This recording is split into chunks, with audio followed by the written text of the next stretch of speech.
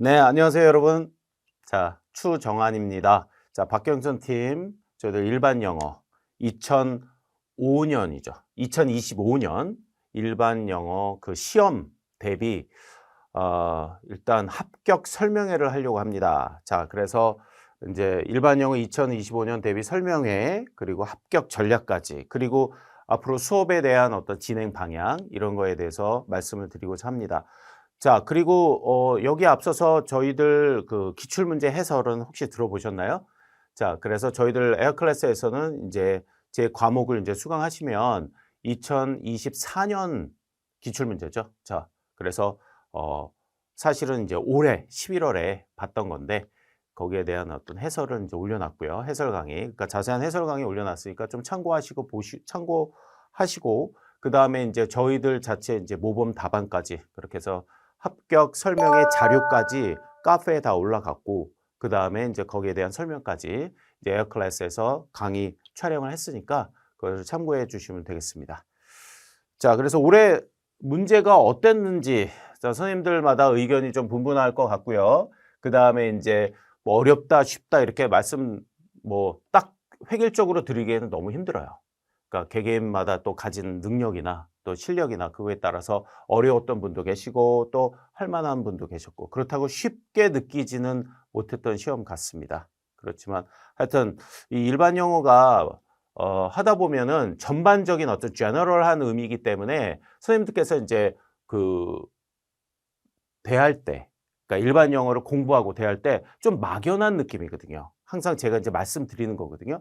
정말 말 그대로 일반적인 영어에 대한 실력을 평가하는 거기 때문에 본인의 가진 영어의 전반적인 실력 자체를 업그레이드 시켜야 되는 거는 당연한 겁니다. 그래서 꾸준하게 항상 영어에 대한 공부를 꾸준하게 하시면 거기에 대한 어떤 상승 효과가 나옵니다, 분명히. 그러니까 예를 들어서 일반 영어 하나를 향상시키고 싶다 그러면 어떻게 합니까?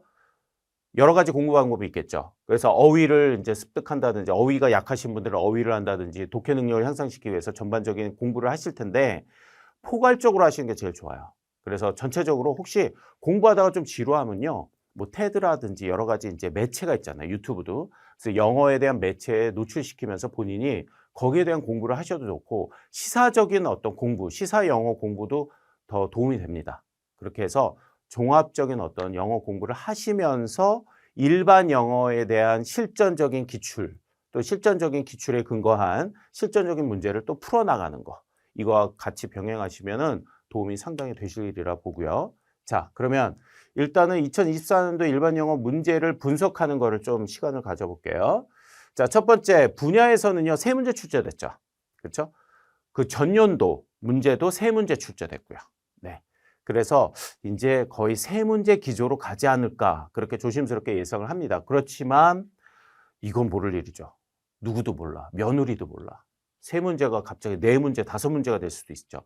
근데 제가 볼 때는요, 네 문제 이상 나오지는 않을 것 같아요, 절대.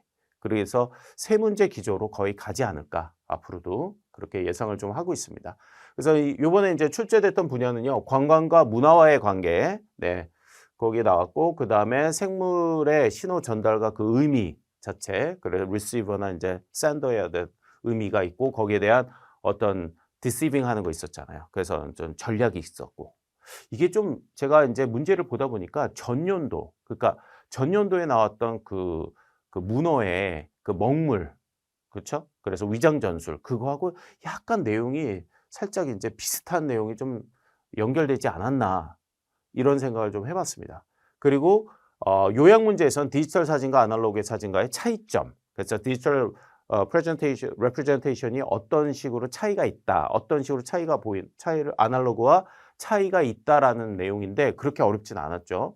요약하기에는 상당히 좋았던 지문 같습니다. 그래서 이 세 문제가 출제됐고요. 그래서 전공 A에서 한 문제, 전공 B에서 두 문제. 그래서 전년도도 똑같았습니다. 자, 번호만 조금 달랐고요. 네, 모두 배점이 4점으로 총 12점이었고. 자, 문제 유형은 아시겠지만 전공 A 1문제, 첫 문제 10번이었죠. 전공 B의 한 문제는 이제 그 전공 B에서 48번, 9번이었습니다. 네, 여기서 이제 10번으로 되어 있는데 죄송하고요. 이제 8번, 9번입니다. 네, 이거는 8번, 9번 이렇게 생각하시면 될 것 같아요. 자, 그래서 요거는 아시겠지만 기입형과 서술형이 함께 나오는 복합형 문제로 전체 다 출제됐죠. 뭐 다 유형은 다 아시는 거니까. 그리고 이제 B에서 이제 9번이었어요. B에서 9번은 서머리 문제로 이제 출제되었다. 자, 그렇게 보시면 되겠고요. 그 다음에 기입형 문제는 따로 커멘터리 없이 모두 지문에 직접 가로를 넣는 형태고 다 아시겠고, 서술형은요, 최근 유형과 달리 지문의 내용에 대해 서술하고 일부 구절에 대한 질문에 답하는 문제였다. 지금 제가 이거 빨간 걸로 해놨죠. 자, 올해 좀 달라진 게 뭐죠? 전년도랑?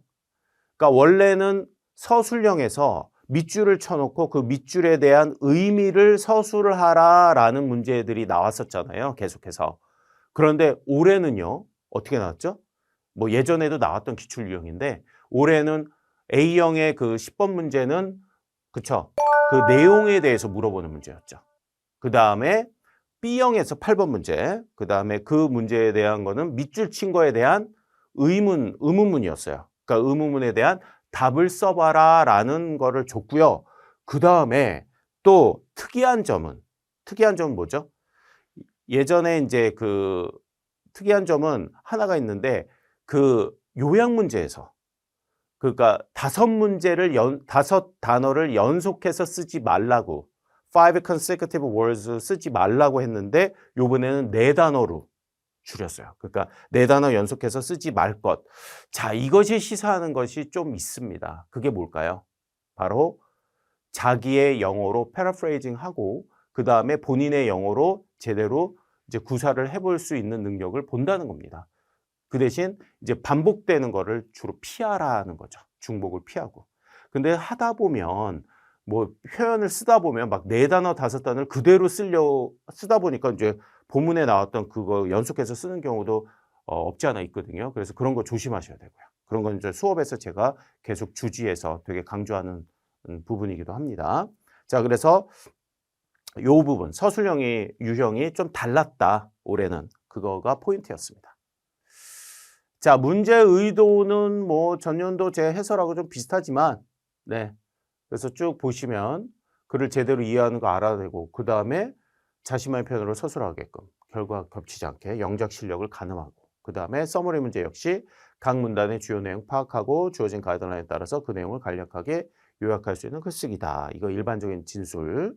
그 다음에 5번째 2025년도 임용시험 예상 분석을 좀 해봤는데요. 제가 이제 말로도 좀 더 설명을 드릴 텐데 이제 세 문제 패턴이 계속 유지될 것 같다라는 게 이제 제 생각입니다. 예상입니다. 뭐 네 문제 나올 수도 있고요. 그러면 일반 영어가 포션이 더 커졌네 하고 또 중요하게 또 생각될 수도 있겠죠. 근데 지금 기조로 보면은 오히려 일반 영어보다는 영어 교육론 쪽에 포커스가 좀 많이 가는 것 같아요. 포인트가. 아무래도 이제 우리 영어 교육을 하는 교사이기 때문에 이 교육론을 철저하게 이제 인지하고 그다음에 활용할 수 있어야 된다. 이런 거에 좀 포커스를 맞추지 않나 그런 생각을 하고 있습니다. 자, 그다음에 유형도 기입형은 동일하게 서술형은 밑줄 친 부분의 의미 설명이나 내용 설명을 하는 서술형이 출제될 것 같습니다. 그러니까 올해 이제 그 밑줄 친 거에 대한 의미를 설명하라라는 거보다는 이제 거기에 대한 약간 응용된 부분이 나오지 않았습니까? 그렇기 때문에 내년에는요. 오히려 이제 다 예전처럼 이제 밑줄 친 것의 의미가 뭐냐라는 건 한 문제 정도 출제될 것 같고 한 문제는 내용의 의미를 이제 물어보고 내용을 물어보고 거기에 대한 걸 서술하라. 이런 식으로도 나올 수 있을 것 같아요. 근데 이제 제가 출제자의 어떤 의도나 출제자의 입장에서 좀 생각을 해보거든요. 그러면은 실제 지문을 갖고 밑줄 친 부분의 의미가 뭐냐라고 설명하는 그런 유형을 만드는 게 참 어려워요. 만드는 입장에서. 그러니까 제가 이제 실제적인 것을 갖고 얘기를 하는 겁니다. 그렇기 때문에 내용을 갖고 서술하라라는 의미가 그런 유형의 문제가 계속 출제되지 않을까라는 또 생각도 하고 있어요. 네, 그래서 거기에 대한 것들을 저희들은 대비하기 위해서 실전적으로 뭐 다양하게 이렇게 구성을 해서 이제 여러분들과 만나볼 예정입니다. 자, 그래서 기입형과 서술 복합 문제 이렇게 서머리 문제 해서 그 서술형 복합 문제, 기입형 서술형 복합 문제 지문 2개, 서머리 유형 하나, 그렇게 해서 3문제 정도는 분명히 출제될 것 같다라고 하고요. 네, 그 다음에 다양한 분야의 지식이 담긴 지문 읽고 세부적인 내용, 포괄적인 중심 내용, 이해 추론 능력, 그리고 영어 글쓰기 능력을 평가하는 문제가 출제될 것이다. 뭐 당연한 거죠. 자, 그래서 2025년도 임용시험 대비 학습 전략을 어떻게 해야 되느냐라고 했는데 이것도 전년도와 크게 다르지 않아요. 일반 영어는 크게 달라지는 건 없거든요. 그러면 어떻게 공부를 해야 되느냐? 다양한 주제의 글을 읽고요. 그 다음에 제가 이제 약간 디테일한 부분은 이제 수업 때도 설명을 드리거든요. 제가 이제 수업에 앞서서 강의를 하기 전에 이제 학습에 대한 전략이라든지 거기에 대한 어떤 인사이트라든지 이런 것들을 우리 선생님들께 이렇게 많이 전달하려고 합니다. 그리고 뭐 제가 이제 공부한 경험이라 이런 것도 약간씩 공유하고요. 아무래도 애드립이나 이제 딴 얘기가 많으면 이제 촬영 강의다 보니까 제한된 시간에서 좀 한정적이기 때문에 제가 지양하는 부분이기도 하지만 그렇지만 제가 강의를 하다 보면 또 지루하기도 하고 하기 때문에 가끔가다 그런 거를 말씀을 드려요. 아예 딴 얘기하면 안 되겠죠. 자, 그래서 이런 여러 가지 쭉 한번 읽어보시면 돼요. 자료에도 이제 나온 부분인데 그러면서 구구절절 뭐 당연한 얘기고 맞는 얘기입니다. 그래서 단서가 될 수 있는 내용, 기입형 특히 확실히 단서가 될 수 있는 내용이 나오기 때문에 그 문장을 찾아내서 중심으로 반복되어 나오는 단어를 추론해 볼 수도 있다. 요거는 하나의 전략입니다. 그래서 제가 이제 설명을 하다 보면 이제 처음에 1월이나 2월에는 좀 일반 영어 기본이다 해서 좀 기본에 치중하자 해서 해석 위주로 좀 하고 일반적인 뭐 EBS 강의라고 할까요? 그런 거 제가 싫어하는데 그런 쪽으로도 좀 가더라고요. 그래서 그거보다는 아예 이제 실전적인 패턴으로 그리고 답을 찾아내는 그 근거를 찾아내는 그 훈련, 그다음에 풀이 능력 향상 이런 쪽에 좀 주안점을 더 둘 예정입니다. 네. 그래서 좀 기대하셔도 좋아요. 자, 그다음에 이 패러프레이즈 되게 중요해요. 이거. 아무래도 글의 내용을 갖고 본인이 이해했어. 그러면 답안을 써야 되는데 아무래도 이 주어진 텍스트를 자꾸 보다 보면은 자꾸 거기에 꽂혀 갖고요. 같은 표현 막 쓰고 그다음에 자기도 모르게 표현이 안 나올 때가 되게 많습니다. 그렇기 때문에 본인의 영어로 바꿔 쓰는 패러프레이징 능력 정말 아무리 강조해도 지나치지 않은 그런 부분이에요. 그래서 평소에 글쓰기 안 하면 안 돼요. 그러니까 연습만이 정말 practice makes perfect. 진짜.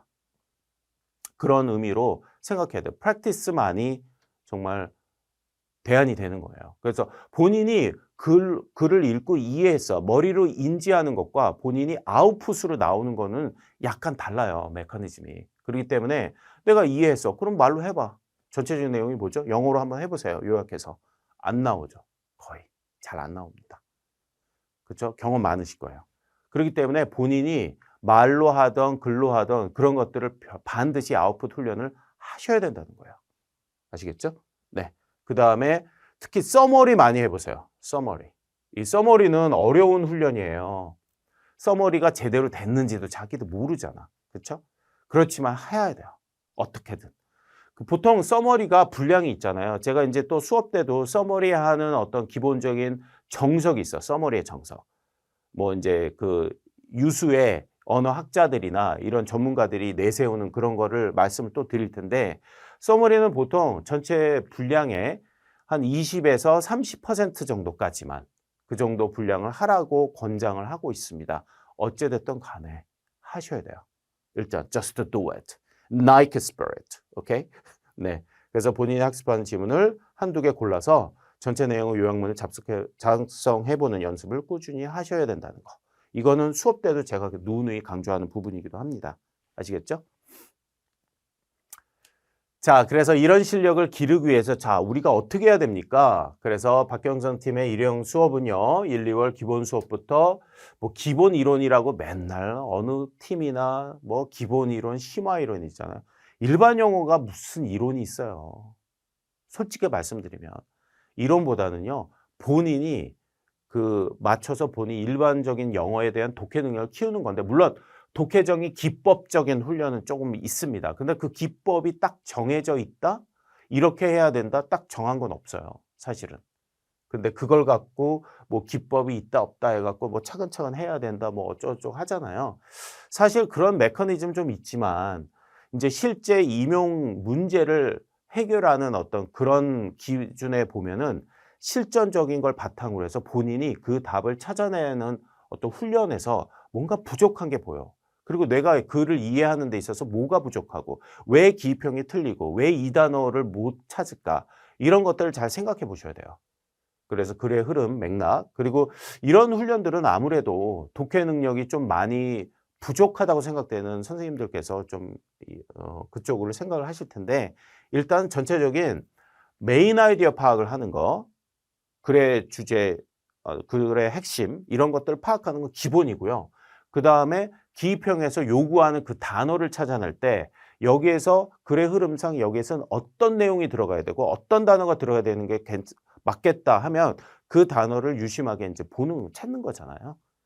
그래서 그 세부적인 인제 메인 아이디어 파악과 세부적인 부분의 의미를 찾아내는 연습을 주로 인제 합니다. 그리고 이 답의 근거가 되는 내용과 그다음에 근거가 되는 전략 그쵸? 그래서 이렇게 된다라는 이런 것들을 좀 더 강조해서 제가 더 설명을 드릴 예정이에요. 아예 그래서 1 월부터 저희들은 그냥 실전 모의고사 푼다 생각하시면 되는 겁니다. 그래서 주차당 7 문제 실전 유형의 모의고사 기입, 서술 5 문제가 되겠고요. 서머리는 2 문제가 됩니다. 그다음에 그중 5 문제를 자 서머리 문제 1 문제 포함 5 문제를 강의할 예정입니다. 그리고 수업 문제에 관련된 지문의 답이나 서머리를 혹시 보내주시면 담당 교수나 원어민 교수의 첨삭까지도 제공한다. 네. 그래서 저희들은 이제 원어민 담당 교수님들이 있어요. 그래서 이제 저희들이 보내면 그 선생님들께서 이제 피드백을 하셔 다시 저희들한테 주면 저희들이 이제 전달해 드릴 수 있거든요. 아무래도 전년도에는 이제 그 재작년보다는 사실 그런 컬이나 요구가 좀 적었습니다. 그렇지만 올해는 좀 수강생 여러분께서 좀 관심을 가져주셔서 좀 더 많은 연습이 이루어졌으면 정말 좋겠습니다. 그래서 많이 도와드릴 예정이고요. 자, 그래서 2024년도, 2025년도 대비예요. 근데 2024년도 일반 영어 수업 진행은 이제 다른 과목은 전년도에 대한 해설을 활용을 하고 강의를 활용을 하지만 그냥 무조건 저는 이제 새롭게 찍습니다. 그러니까 5월, 6월에 기출문제 해설은 관연도 촬영분을 활용을 하고 올해는 제가 촬영을 했으니까 그쵸? 올해 기출 해설은 했으니까 그것까지 같이 이제 보아주시면 될 것 같고요. 그래서 1월, 4월 매주 7문제 제공하고 5문제 해설을 합니다. 그래서 2문제는 보너스. 그래서 선생님들이 더 연습하는 차원에서 보내드리고 모범 답안 당연히 제시를 하죠. 그래서 많이 해보시면 좋잖아요. 네. 그 다음에 7월, 8월도 마찬가지. 그렇게 해서 실전 모의고사 형식으로 되고 이거 이제 종합 모의고사 저희들 박경선 팀이 자랑하는 정말 실전적이고 그 다음에 내용이 정말 좋은 그렇죠? 그 다음에 그 모의고사 9월, 10월 모의고사 실전 모의고사 8주 진행하고 그 다음에 2주 플러스 최종 찍기 그래서 총 10회 분의 모의고사를 또 이제 저희들이 제작을 해서 매주 제공을 할 예정입니다. 이때가 가장 저희들이 힘든 시기거든요. 그렇지만 이제 저희들이 열심히 해서 또 선생님들한테 도움이 분명히 되리라 보고요. 그 다음에 뭐 제가 이제 빨간 걸로 해놓은 거 1월부터 끝까지 일반 영어 실전 문제 풀이를 한다.